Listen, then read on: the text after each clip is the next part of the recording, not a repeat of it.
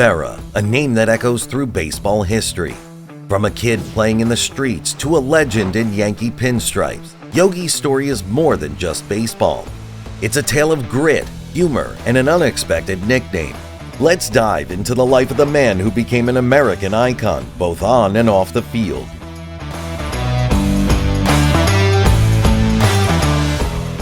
But who was he before the fame?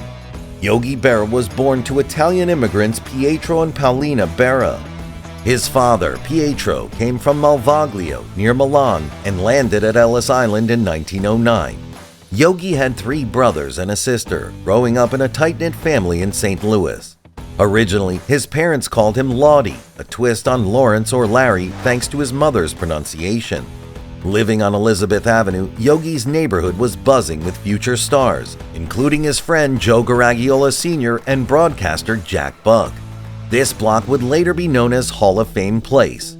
A devout Catholic, Yogi attended Southside Catholic, now St. Mary's High School, with Garagiola. Baseball was in Yogi's blood from a young age. Playing in local American Legion baseball leagues, he honed his skills as a catcher, while also playing outfield and infield. But how did Lottie become Yogi? A friend, Jack McGuire, coined the nickname. After watching the newsreel about India, McGuire joked that Berra, with his arms and legs crossed, resembled a yogi, and the name stuck.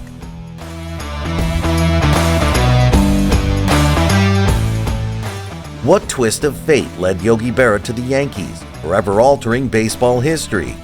While his best friend Joe Garagiola Sr. was picked by the St. Louis Cardinals, Yogi was initially overlooked, but there was more to this decision than met the eye. Branch Rickey, the Cardinals' president, secretly had his eye on Berra for the Brooklyn Dodgers, his next venture. Yet before Rickey could make his move, the Yankees swooped in, signing Yogi for a $500 bonus, equivalent to about $9,000 today, marking the beginning of Yogi's professional journey with the Norfolk Tars in 1943.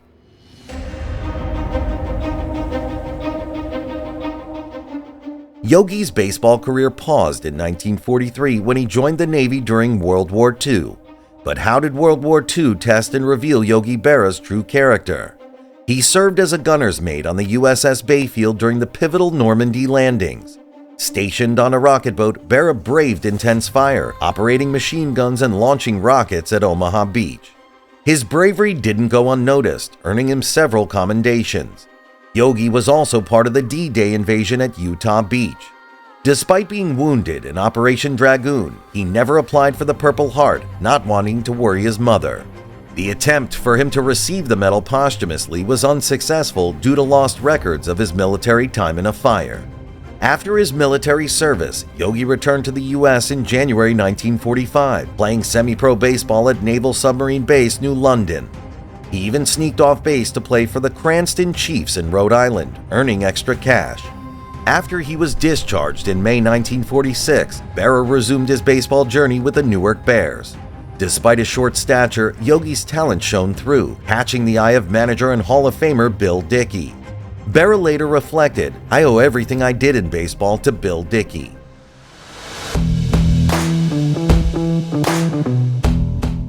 Yogi Berra's journey with the Yankees began on September 22, 1946.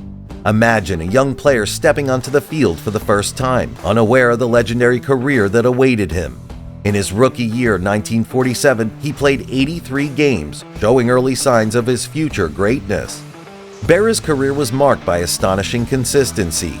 For 14 straight years, he played over 100 games each season. But it's not just about the number of games, it's about the impact he made in them. Yogi appeared in 14 World Series, and out of those, he was part of 10 World Series championships. In the World Series, Berra was a force to be reckoned with. He set records that still stand today: 75 games played, 259 at-bats, and 71 hits. His performance in the 1947 World Series was historic, as he hit the first ever pinch hit home run in World Series history.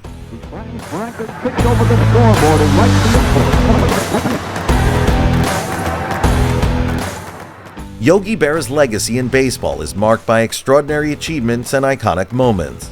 As a 15-time All-Star and 3-time American League MVP in 1951, 1954, and 1955, Berra wasn't just a regular player. He was a standout figure in a sport filled with legends.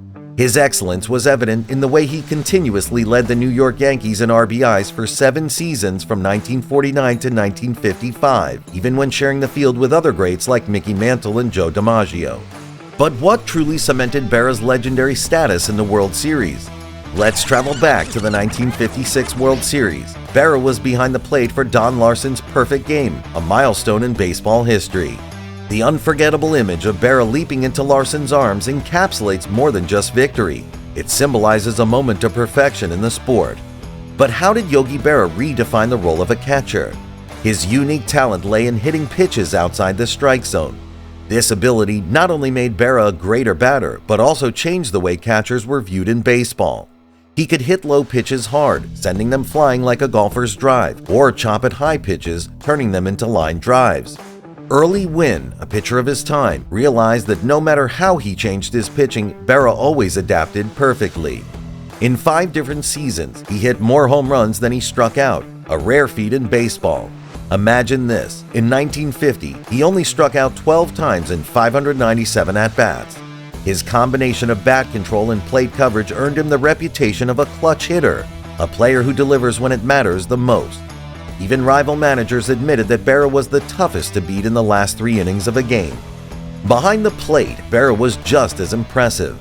He was quick and excellent at working with pitchers. He led the American League catchers multiple times in various defensive statistics. He also introduced a new style, leaving one finger outside his glove, a technique many catchers adopted later. His teammates respected him for his ability to guide young pitchers and set up hitters effectively. At 37, an age when many players slowed down, Berra caught an entire 22-inning game that lasted 7 hours. This game against the Detroit Tigers showed his incredible physical endurance. Casey Stengel, his manager, relied heavily on Berra, saying, "I never play a game without my man." Towards the end of his career, he became a skilled outfielder, managing the challenging left field of Yankee Stadium. In 1963, while transitioning to a player-coach role, he still appeared in 64 games and maintained a batting average of .293. After the 1963 World Series, Berra retired as a player but immediately stepped up as the manager of the Yankees. So how does his transition from a celebrated player to a respected manager shape his legacy in baseball?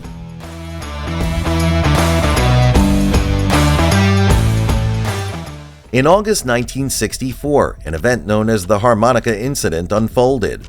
Picture this, the Yankees had just lost a game, and Phil Linz was playing his harmonica on the team bus. Yogi, the manager, told him to stop, but Linz, sitting at the back, couldn't hear Yogi and thought he was asked to play louder. When Linz started to play louder, a frustrated Yogi slapped the harmonica out of his hands. Despite initial tensions, players later said this moment strengthened Yogi's authority as a manager. The Yankees even made a comeback to the World Series that year, though they eventually lost to the St. Louis Cardinals. Despite their World Series appearance, Yogi was fired from managing the Yankees shortly after. However, he quickly rebounded by joining the New York Mets as a coach. Yogi was part of the coaching team that led the Mets to their 1969 World Series championship. He then became the Mets manager in 1972, stepping up after the sudden passing of Gil Hodges. Yogi's time as the manager of the New York Mets came to a close on August 5, 1975. His record stood at 298 wins and 302 losses, including an unforgettable postseason in 1973.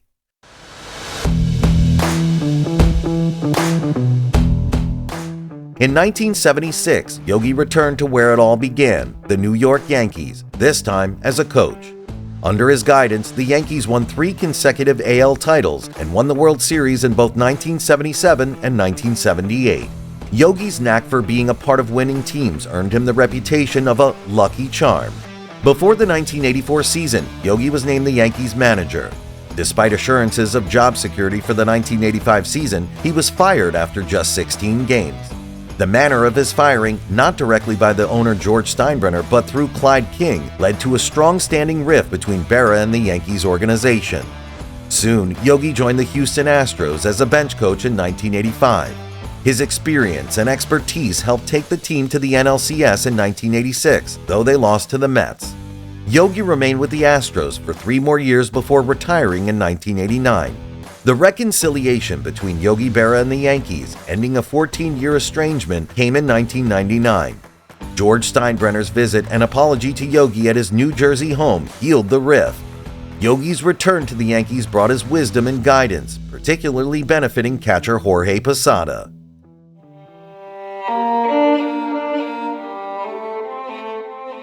Yogi Berra passed away in his sleep at the age of 90 on September 22, 2015 in West Caldwell, New Jersey. His passing was marked with tributes that reflected his immense impact on baseball. The Yankees honored him with a number 8 patch on their uniforms, and the Empire State Building shone in blue and white Yankee pinstripes. New York City lowered its flags to half-staff, and a moment of silence was held by several teams in MLB and the ALPB's Long Island Ducks. The Yogi Berra Museum held a special tribute on October 4th, celebrating the life and legacy of this baseball giant. Yogi Berra's life was a remarkable blend of talent, determination, and heart. From his early days in St. Louis to his legendary status with the New York Yankees, Yogi's journey is a testament to the enduring spirit of American baseball.